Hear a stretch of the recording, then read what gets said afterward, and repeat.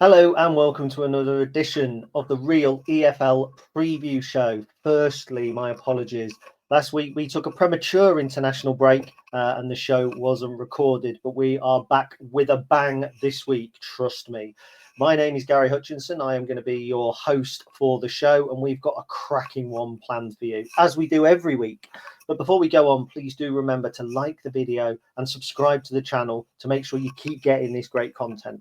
Apart from last week, obviously. As always, we've got managers moving about this week. We've got clubs scrambling for promotion and relegation. And again, as always, we also have Mr. EFL himself, the man who watches more EFL games, I think, than the people that do the XG stats. It's Kyle Keneally. How are you, my friend? I'm very well, thank you. It feels weird when we've taken as you say, a premature break before the international break, because it feels like we missed out on a fair amount of football with loads of midweek games, and obviously it's Saturday last week. Obviously, as per usual, there is football, and obviously we missed out on some managerial changes, which we will cover in a minute. Well, the managerial changes seems to be more of those than there are games at the moment. I can barely keep up. I'm in a League One WhatsApp chat, and there was a couple that we're going to talk about coming through, and it's like there's one message saying this guy's gone, and another message saying this guy's coming in, and you've got people covering till the end of the year, but then you've got people wanting the job that's covering till the end of the year, and you've got honestly, I can't keep track of it. I really can't. It's a good job we do this show because it will be a little reminder for me of who's gone where and it's doing what. So we've got a big show today. So we've got 3 games for you. We are going to talk about Coventry and Sunderland. We are going to talk about Carlisle and AFC Wimbledon, but we have got to get stuck into these managerial changes. And the first one is at Wigan Athletic. Now, I didn't think Sean Maloney was doing a bad job at Wigan. They were a little bit dour, but they were resolute. There was an element of the kind of the Mark Kennedy Lincoln City about them. They were hard to beat, but they drew an awful lot of games. Probably struggled a little bit over the last few weeks. Maloney's gone, the old heave-ho. He went a while ago.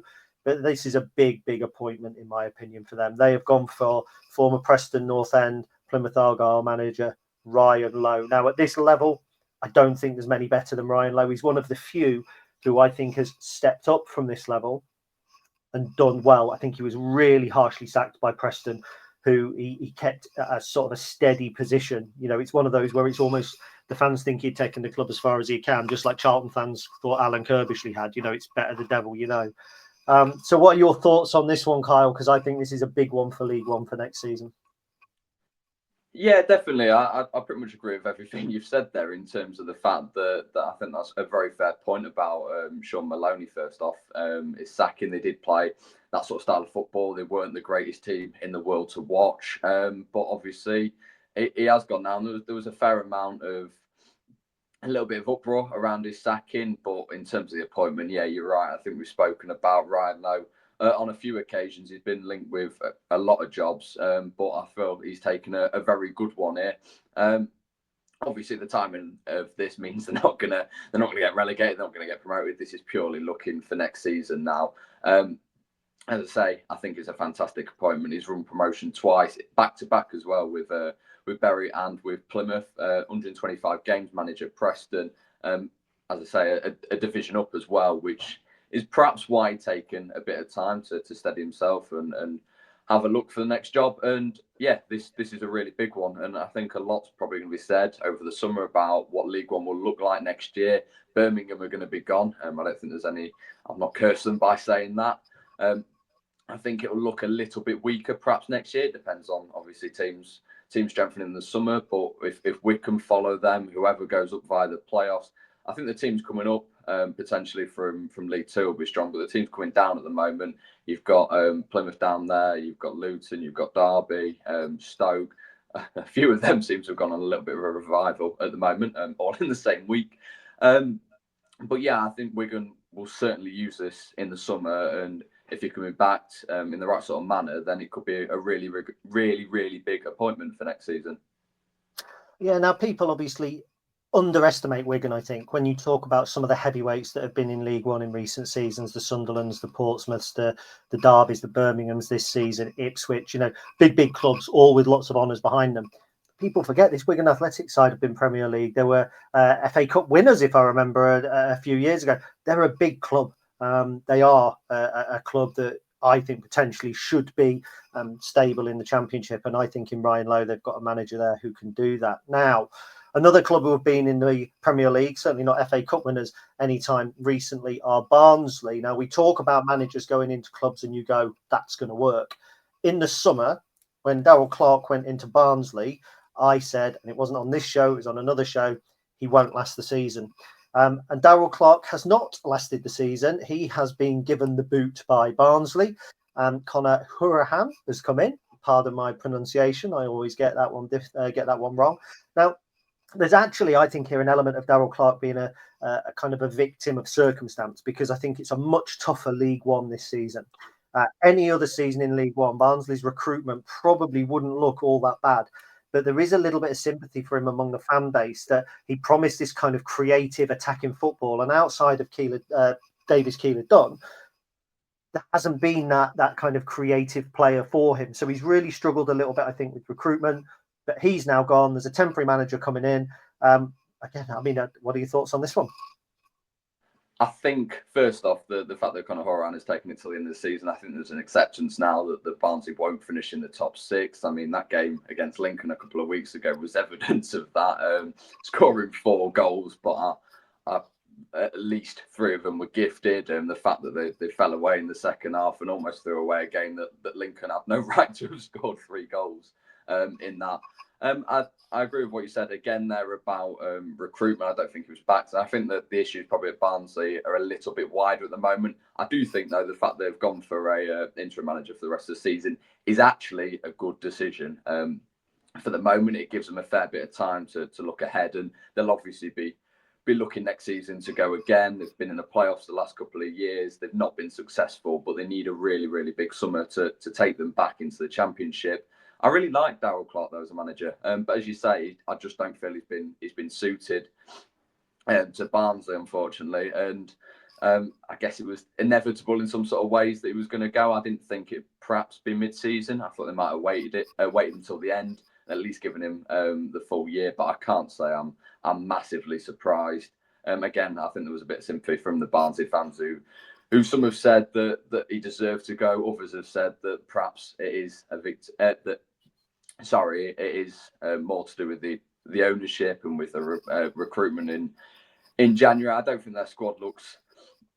It's weird. On the one hand, I don't think it looks great, but there are still some really good players in there. They've got the likes of Adam Phillips, some really, really good players. But unfortunately, it just hasn't worked out. And as I say, I think this is a good decision in the meantime. Particularly, Conor Hourihane's a great player. Played for Derby recently. He came back in the summer. Back to a club he played for at the start of his career. You're looking at a player that's played for Ireland. He's been brilliant. So it's definitely a really good chance for him to show what he's about in the next couple of months. I don't think he'll get the job permanently. I don't think that's what this interim appointment is about. But certainly, as I say, Barnes have definitely got to look next season and make sure they get the right man. Quick question, and literally just answer from the gut. Which is the biggest club, Barnsley or Wigan? See, when you said about Wigan, no, I wanted to pick up on what you said about Wigan in terms of when you said about club size. And I genuinely think it's to do with fan base because the teams have come down, when you said about your Sunderland, your Ipswich, all really big fan bases, and Wigan don't have that. And I think that's what holds them back in a lot of people's eyes. And then I'm going to kind of contradict myself a bit, and I'm going to say Barnsley are the bigger club. But I think it's really, really tight, to be honest. I agree with you. Now, one club that if you asked if they were the bigger club in practically any circles, you would be told they weren't. Certainly if you compared them with AFC Wimbledon. It's MK Dons, who a couple of years ago had aspirations of being in the Championship and now find themselves 13 points clear of the relegation zone in League Two. It's probably far enough for them to not have to worry about relegation and look over their shoulder.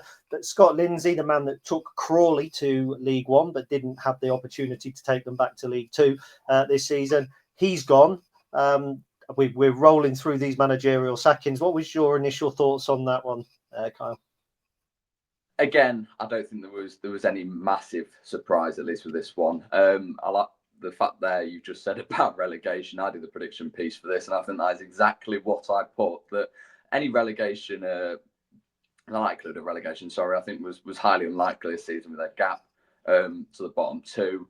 But I think there were maybe the slightest of fears. They'd been on a really, really bad run. And I think obviously Scott Lindsay had come in. He'd obviously tried to do what he did at Crawley, take a few of their players. It'd been no surprise over the summer you'd seen the players that had gone there, but it just wasn't going to work again. They are two completely different clubs. It just never was going to happen. So I don't think there was any surprise that he's gone. Again, they've got an interim man in charge, Ben Gladwin, who I think has just announced this week that he will not be taking the job on permanently. So it's not a massive surprise there. Again, this needs a really big summer. MK Dons really need another rebuild, I guess, going forward, because they have really, really struggled this season. They're down to 18th in the table, a position that just seemed no one could believe it, really. I think a lot of people expected them to be in and around the playoffs, if not challenging for automatic promotion, but that has not happened at all.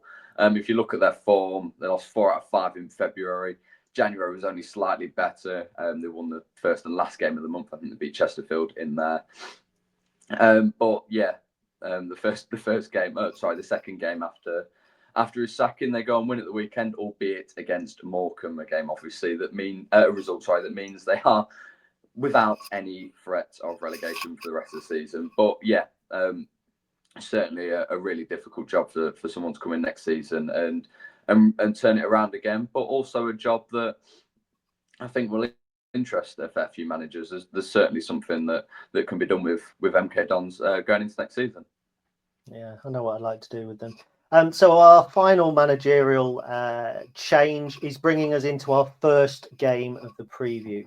So it's Huddersfield Town, the Terriers, another former Premier League club. They host Crawley, the club that obviously lost Scott Lindsay at the beginning of the season. It's 7th versus 22nd. And I think very few would be surprised at this stage of the season at Crawley being 22nd. But Huddersfield being 7th is probably something that has raised a few eyebrows. It certainly raised eyebrows in the Huddersfield Town boardroom because it cost Michael Duff his job. Now they've gone from automatic hopefuls to a side just outside the top 6. That's obviously cost Duff his employment. How do they turn this around this season? I think it's going to be really, really difficult, in all honesty. When you get on that sort of run, it's really hard to get out of it. And I'd obviously said back in January, I think they were the team I'd backed to finish inside the top 2, as I referenced for a couple of weeks, and then said, no, they will not finish in the top 2. And obviously, I can firmly say now they will not be automatically promoted from League One. I don't think that's a big statement to say. Again, this is another sacking that wasn't a surprise. They lost 2 out of 3 this month, 4 losses in 5, which, as I said, obviously cost Michael Duff his job. There were 3 games unbeaten at the start of January, and they beat Wycombe. And I think at that point, it seemed like a really, really big result, obviously being the team that were second at the time. And it just hasn't transpired that way. I know they obviously had a couple of tough games there, Bolton and Birmingham, two really big games. Obviously, Bolton have now leapfrogged. And then, yeah, I think they are. They are 6th, aren't they? Yes. Completely forgot then. Yeah. Mr. EFL, ladies and gentlemen. Yeah, I know. See, I've been slacking being out for a couple of weeks. No, obviously I know Birmingham are top of League One as well. But yeah, so them results weren't a massive surprise, and the 3rd loss in a row against Northampton was a bit more. And they've only had 3 wins since then. Barnsley, Shrewsbury. Obviously, that was a Barnsley side that was stumbling. Shrewsbury in the relegation zone, and Stevenage at the start of this month. So that I think they've faced a real difficult task. To get back into the playoffs. You've had Leyton Orient at the moment, who had that really good run, who've dropped off a little bit again now. I think they've lost 4 in a row. You've got Reading hitting form. You've got Charlton, who have come from a team challenging towards the playoffs for a team that might finish inside the top 2. I'm not going to curse them and back them for automatic promotion like I have done with Huddersfield. But yeah, I certainly feel that they do face a really, really difficult task in getting back into the top 6 now. Yeah, and the team that face a difficult task getting out of the bottom four are Crawley. So they are 22nd, but they are 9 points adrift of safety. Now you've got Shrewsbury bottom 11 points adrift. They're gone. You've got Cambridge 10 points adrift. They ain't catching that up. Crawley 9 points adrift, and then Burton above them 6 points adrift. And all of those teams have played one more game than the team who are in 20th, which is Peterborough United. The bottom four is looking fairly set, specifically looking at Crawley, away at Huddersfield. Are their chances of survival over for this season? Yes, I'll go with a nice one-word answer. No, yeah, I think they are, to be honest. They've lost 3 of the 4 games in March so far. Cambridge, Lincoln and Charlton. That game against Lincoln, they did take an early lead, and it did feel for a minute. There was obviously a bit of tension with Lincoln after that loss I mentioned earlier against Barnsley, but they didn't look a great side that night. I don't even think Lincoln were too exceptional, but still put 4 past them, which says a lot, to be honest. I think all the teams went through a sort of revival in form, but it all seemed to have happened sort of around the same time. And when I was actually looking through all the teams, Crawley were the only ones that didn't actually stand out as much. Shrewsbury had a couple of good results. Cambridge seemed to have started to turn it around. Burton were the big ones and are obviously the team closest to staying up at the moment. But Crawley didn't have that massive period of form. And if you look at the teams that are outside the bottom four at the moment, they seem to have just picked up a few results. And the team they're trying to catch, Peterborough, I saw earlier this week, their under-21s team featured Kwame Poku coming back from injury. I think Ricky J. Jones and Chris Con-Clark were all featuring as their front three, which felt almost illegal in a development game. Obviously, if they get them players back, certainly Poku, I think he's obviously due back around any time now, potentially after the international break, then it feels over for the teams that are in the relegation zone, because he will be absolutely massive. And I think that's what was referenced a while ago, that if they can get him back and they're in a decent position in terms of, I don't think many people anticipated quite the drop off that Peterborough have had, but getting him back will certainly keep them up, and that will be at Crawley's expense, because I just don't see them turning it around. And look at a couple of their positive results. They did beat Stevenage. They drew to Wycombe and Wigan. Obviously, that game against Wycombe, coming against a team that are challenging for automatic promotion, was a really big result. But it was then the loss to Blackpool that I think killed any sort of momentum from that mini unbeaten run.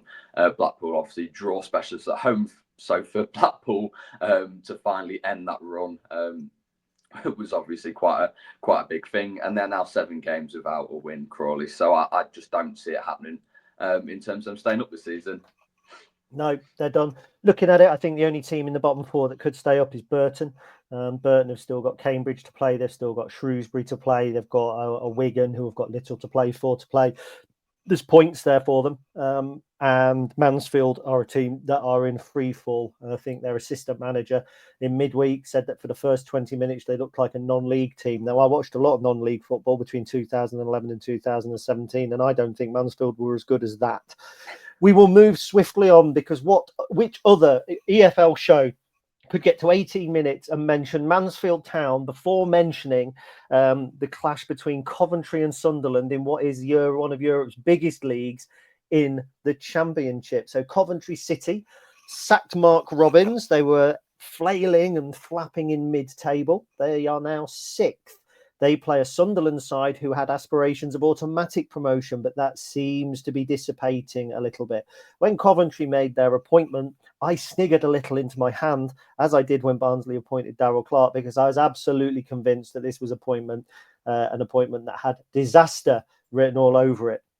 Now, Frank Lampard has had an incredible impact with the Sky Blues, and that's where we'll start. They're in 6th. Can they reach the playoffs? And if they do, can they go one better than they did when they fell against Luton? I think they'll certainly reach the playoffs now. Again, I don't want to curse them, but if you look at the form, it's just magnificent. I know before Tuesday night, I think they're on their best ever run in their history. 9 wins out of 10. It was just incredible. The only loss in that period in terms of league games was against Leeds. So I think you can excuse that. And actually, there are only 2 defeats. since the 4th of January are against Ipswich, who are a Premier League side, and Leeds, as I say, who probably will be a Premier League side next season. I think we all said, I remember speaking about when Mark Robins had gone and the sort of dismay and everyone going, I thought he deserved a bit more time, and then Frank Lampard coming in and going, why has he gone there? And I think I actually said I'd been a little bit harsh judging him, but even still, I'm not saying that I saw this happening at all, but his impact this year has just been brilliant. They had 5 straight wins before that result on Tuesday night against Derby. This was a game that I was at, and I just think it was a one-off result, really. They looked a bit lethargic, had quite a few stray passes in the game. I think it was more so as well. Derby had been buoyed by that massive win on Saturday against Blackburn, and just used that momentum to carry them through. And they looked really good on Tuesday evening as well. But yeah, as I say, if Coventry can make it in the playoffs, this potentially could be a playoff semi-final or even the final. I think that's quite unlikely that both these teams would make the final, given the fact that one of Sheffield United or Burnley would likely be in there. And I think they'd fancy their chances in the playoffs. And obviously Sunderland can still be considered in the race from automatic promotion. We'll get onto them in just a second. But yeah, as I say, Coventry have been excellent this year. And they've got to fancy their chances going into the final few games of the season to now get over the line and make the playoffs.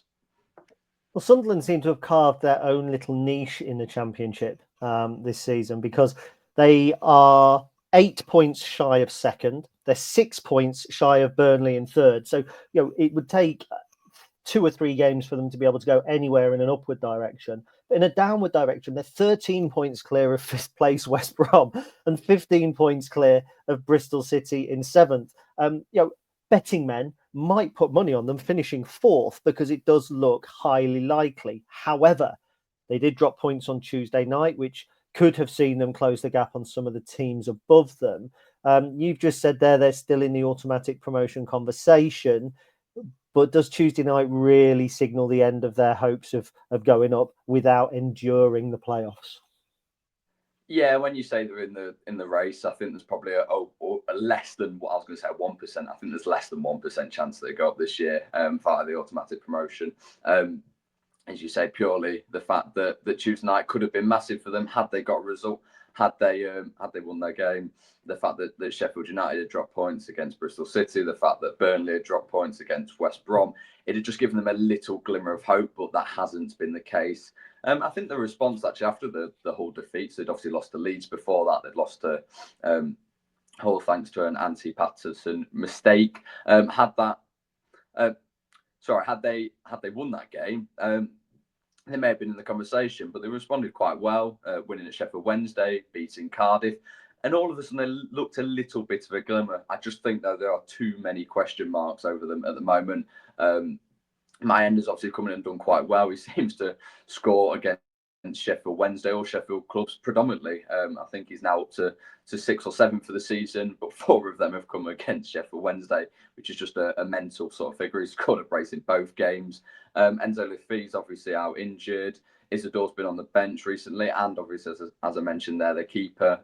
Not in the same respects with Leeds and Ilan Meslier, but the fact that Anthony Patton has seemed to cost them quite a few points. I just don't think they can make up that sort of gap. And it is, as you say, a really unique position to be in. Last season, their season also petered out, and it did get towards the point where had they played probably 5 or 6 more games, they would have actually been in the conversation for relegation. But they are in a weird position at the moment. They've kind of got to drag themselves through the final 10 games or so of the season just to get into the playoffs now, because their chances, if they aren't over at the moment, I think in a couple of weeks they will certainly be over. And they've just got to keep motivating themselves, knowing that they are pretty secure inside the top 6, and it would be an absolute massive drop-off if they didn't finish there. But yeah, as I say, just to get in the playoffs and have some sort of momentum going into it. Otherwise, I don't think that they have any chance of going up if that isn't the case. Now, when we talk about being secure in their position, Carlisle United have been nice and consistent this season. And that brings us to our third and final game of the preview show. But for Carlisle United fans, it will feel like the most important one of the weekend. They host AFC Wimbledon. Mark Hughes' side are 24th. They are rock bottom of the Football League. But there is light at the end of the tunnel. They have a game in hand of Morecambe, who are just 2 points ahead of them. Victory will take them above Morecambe. They have a game in hand of Tranmere, who are 6 points ahead of them. But again, that gap could be closed to just 3 points. Now, Mark Hughes has gone in there. There's been some improvement in performances, but not a huge amount. They suffered a late heartbreak at the weekend, which would have made their situation look even better. But Kyle, will they stay in the Football League? Do you know what? I think this sounds obvious. It obviously depends on their games for the rest of the month, but I do give them a chance. I do think they can claw that gap back. Saturday, the 12th of April, what a key date. It is Morecambe versus Carlisle. Their away form has actually been better. They've only won 2 games at home all season. They picked up more points away from home. The most recent win, obviously, was the Cumbrian derby against Barrow. And they'd had a couple of draws as well. It just seemed they were slowly chipping away. But you need wins at this point of the season. You can't keep drawing games. This is the time now that you have to have a response. A lot of their defeats have been narrow. Just a couple of stats for you here. So the Swindon game, 1st of February, they lost 5-1, but that is the only time they've conceded more than 2 since New Year's Day. It's not narrow, Kyle, is it? That's 4 goals. Yes. That is the only time they've conceded more than 2. And that was their only defeat by more than a single goal in 2025. So it really shows that they have been really unfortunate. It's obviously a goal scoring that has let them down if they're not conceding a massive amount of goals. As I alluded to there, the draws they've drawn against Gillingham, Colchester, the game against the league leaders as well. Walsall was a big point as well. And as you say, they do have a game in hand, but it feels they absolutely have to get results now. And this feels a really good game for them to get that. Wimbledon are poorer away from home, as I'll come on to in a minute. But looking at a couple of the other away games, games that perhaps target to get points, Chesterfield, Accrington and Cheltenham all follow their away game against Doncaster at the end of this month. They are the 3 other away games that play this season, all against teams that you probably say have nothing to play for, and that feels really, really important. If they can pick up a couple of wins there, who knows? They do have a decent chance of staying up this season. Do you know who else plays on April the 12th? Accrington and Tranmere, the other 2 teams in the bottom 4. So that is going to be a relegation special that day. But there's certainly, I think there's light at the end of the tunnel for Carlisle. And given Tranmere's recent managerial change and some of their form, it wouldn't surprise me if they don't get dragged into it with Morecambe. I think Accrington are probably just about safe. As a Lincoln City fan who once saw his team only need 3 points from their final 11 games and pick up 2 to be relegated, nothing at all is certain. And all I'm going to say there is take note, the likes of Harrogate Town, okay? Safety is never assured until it's assured. Now, it is assured for AFC Wimbledon. And they had a tough start to the season with their pitch collapsing and having games in hand. Their form stuttered a little bit of late, but they're certainly in contention for automatic promotion, if not a playoff place. With 10 games to go, can they get out of this little slump, Kyle, and put themselves into the conversation for another stint in the 3rd tier? It seems like no one wants to get automatically promoted, bar Bradford at the moment. We've obviously spoken about Walsall, I think, fairly recently in terms of their drop-off. And even the likes of Doncaster, who threw away a 2-goal lead at the weekend. Notts County as well don't seem like they want to. There is a chance, actually, for a couple of teams to come from sort of the playoff race, the likes of Crewe, Port Vale, and I cannot believe I'm saying this, but maybe even Colchester, who have gone on this ridiculous run. It does feel a little bit too far to make up, but if teams keep dropping points, and they're obviously there is an opportunity there. Weirdly, having lost 3 games out of 4 in March so far, their only win was against Notts County. There was a loss on Tuesday night against Cheltenham when there were obviously a load of PSV fans at the game, probably wondering what football they were watching if they'd looked at the table and gone, oh, I think AFC Wimbledon should easily beat Cheltenham, but that is not the case. They lost at Morecambe as well and Bromley this month. as I say, it just seems like that they are stuttering at completely the wrong time of the season. They really need a result on Saturday to give themselves a chance, but they are by no means out of it. The gap is still really, really small. They are winless in their last 6 games away from home, but there are 5 draws in that period. And weirdly, they've only drawn 6 away games all season.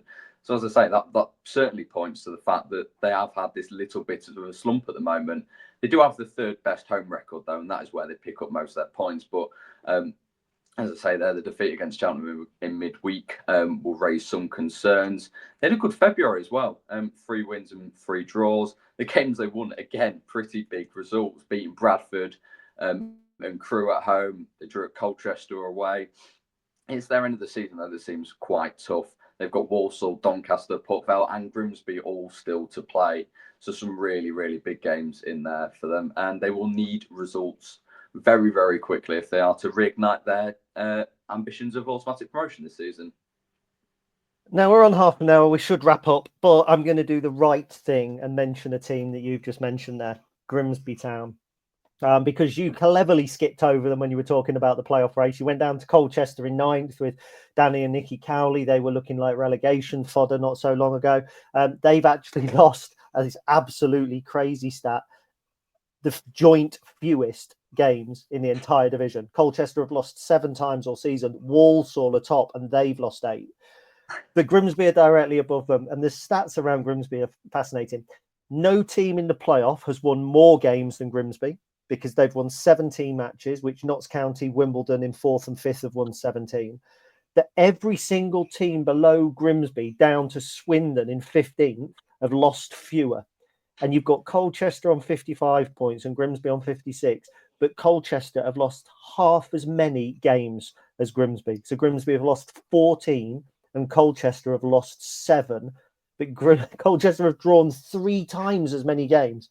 They've drawn 16 times. Danny and Nicky Cowley have got it sorted at Colchester, and I think they are going to be in the top 6. Crewe and Port Vale need to look out because David Artell is turning Grimsby into a force. Here's my prediction. Title battle next season between Grimsby and Colchester. Dan and Nick fly in the flag for the red and white bit of Lincolnshire to stop the Codheads going up. Of course, being a completely impartial EFL show, we couldn't possibly comment on that. But any thoughts, Kyle, very briefly, on Grimsby's potential playoff surge? I do think it will be Colchester inside the playoffs. I think Grimsby will potentially miss out.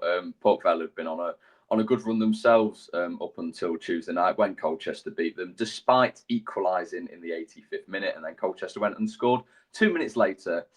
So I think Grimsby may just miss out, and I see Colchester sneaking in.